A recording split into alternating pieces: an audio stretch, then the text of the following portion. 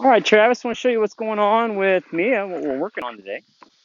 Today, what we're working on in this video is e-collar conditioning.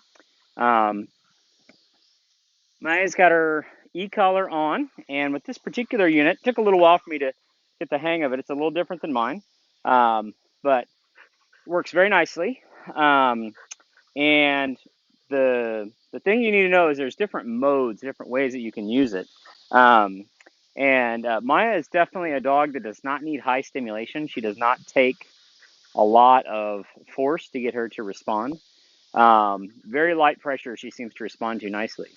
In fact, when she's got the e-collar on, she's almost a little bit like, "Ooh, I'll be a good girl," which is good. We'd rather see it that way than her being difficult.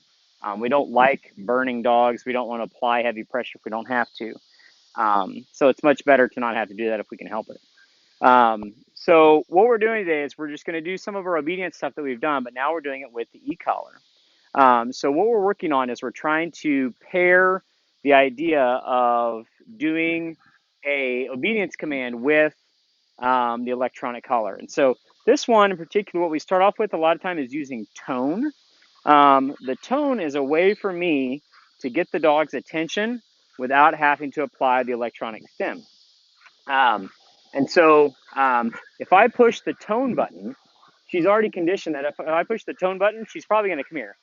So like right there, I push it and she comes in and sits down at the heel position. The purpose of using the e-collar is to replace the need for a leash. Hey, we'll get the bumper.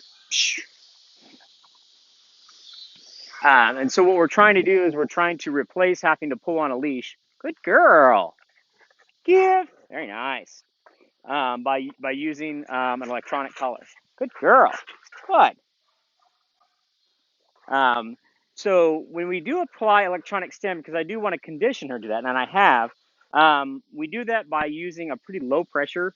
This collar goes from 1 to 18, and she's on like a 4 here.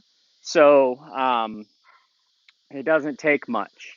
Um, so it doesn't take a lot to get her to respond. So I'm just going to use a little stim here. Here, heel, sit. Good girl.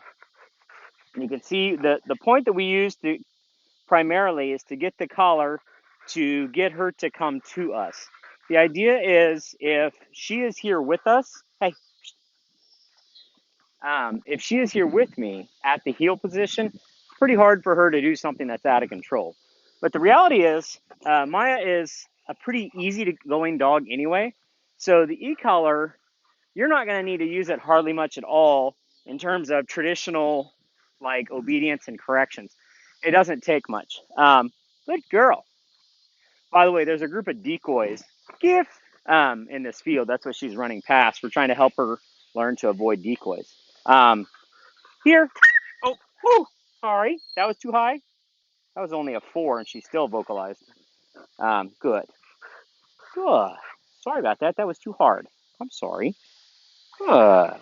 Heel. Here. Good. That was a 2 out of 18. Sit. Good girl. So we're definitely she has got e-collar conditioning down nicely.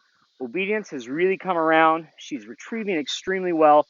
Very happy with Maya. I want to work some more with her on picking up real ducks and large birds and pheasants.